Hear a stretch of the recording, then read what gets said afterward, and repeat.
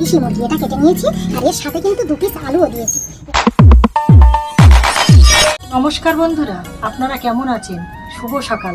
আমার জ্যোৎস্না ইউটিউব চ্যানেলে আপনাদের সকলকে জানাই স্বাগত। বন্ধুরা, অন্য দিনের মতো কিন্তু আজকে একটা রান্নার ভিডিও নিয়ে চলে এসেছি। অন্যদিন কিন্তু সবজির রান্না নিয়ে আসি আপনাদের সামনে, আজকের কিন্তু কোনো সবজির রান্না না। তা দেখুন বন্ধুরা, আগের দিন কিন্তু আমার খোকার বাবা বাজারে গেছিল, সেখান থেকে অনেকগুলো মাছ নিয়ে এসেছিল।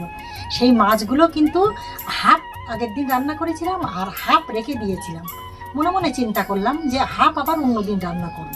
সেটা কিন্তু আমি ফ্রিজে রেখে দিয়েছিলাম। দেখুন বন্ধুরা, সেই ফ্রিজ থেকে কিন্তু মাছগুলো আমি বার করেছি। কিন্তু দেখুন অনেক পিস আছে, মানে আমরা 3 জন মানুষ তো 6-7 পিস মাছ আছে। দেখুন বড় বড় পিস মাছ রেখে দিয়েছি, কেননা এগুলো রান্না করার জন্য।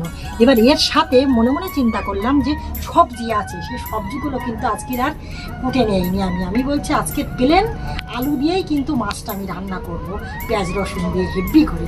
তা দেখুন বন্ধুরা, সাথে কিন্তু আমি আলুটাও কেটে নিয়েছি, যে মাছটা দিয়ে আর এই আলুটা দিয়ে কিন্তু একসঙ্গে আমি রান্না করব বলে রেডি করে নিয়েছি। এর সাথে কিন্তু এই পেঁয়াজ লঙ্কাটাও কিন্তু কেটে নিয়েছি, কেননা যেহেতু মাছ আর আলুর তরকারি, এই পেঁয়াজটা দেবো 2 পিস পেঁয়াজ আর লঙ্কাগুলো কেটে নিয়েছি। দেখুন বন্ধুরা, আর আমার খোকার বাবা আর আজকের বায়না ধরেছে, বলছে কি যে মাছ আছে থাক, তুমি মাছটা অল্প করে আলু দিয়ে রান্না করো আর আমি একটু মুরগির মাংস নিয়ে আসি। এবার যথারীতি সকালবেলা বাজারে গেছিলাম আমার খোকার বাবা, যে দেখুন বন্ধুরা দেশি মুরগি নিয়ে এসেছে, ছোট্ট একটা মুরগি। দেখুন কতটা মাংস হয়েছে, আমি একদম কেটে কুটে কিন্তু রেডি করে রেখে দিয়েছি। এর সাথে কিন্তু আমি এই 2 পিস আলু কেটে নিয়েছি, এই আলুগুলো দিয়ে কিন্তু মাংসটা রান্না করব, দেশি মুরগির মাংস। দেখুন, আর এর সাথে কিন্তু আমি আদাটাও বেটে নিয়েছি।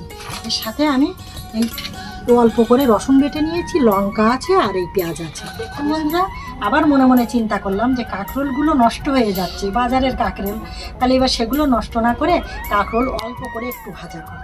ওই জন্য কাঁকরোল আর আলুটা কিন্তু ছোট্ট ছোট্ট করে কিন্তু আমি কেটে নিয়েছি, দেখুন ভাজা করব বলে। এই কাঁকরোলটা কিন্তু ভাজা করব।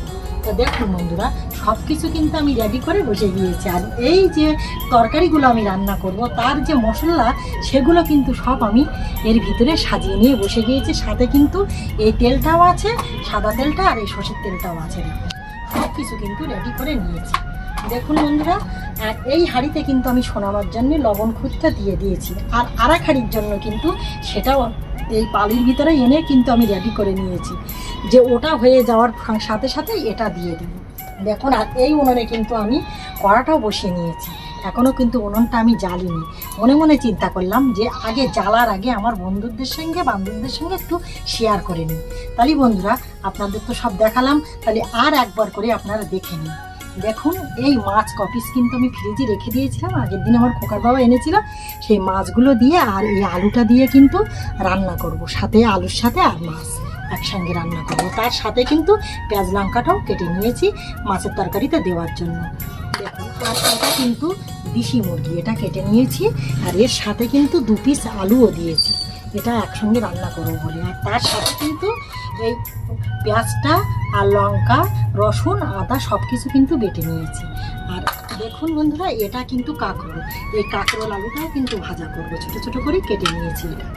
দেখুন সব কিছু তো আপনারা দেখে নিলেন, তাহলে আর মেলা কিছু আপনাদের সঙ্গে বলবো না। যদি ভিডিওটি ভালো লেগে থাকে অবশ্যই একটা লাইক করতে ভুলবেন না, চ্যানেলটিকে সাবস্ক্রাইব করে নেবেন যারা নতুন বন্ধু আছেন। পরবর্তীতে অবশ্যই দেখা হবে মর্নিংয়ে।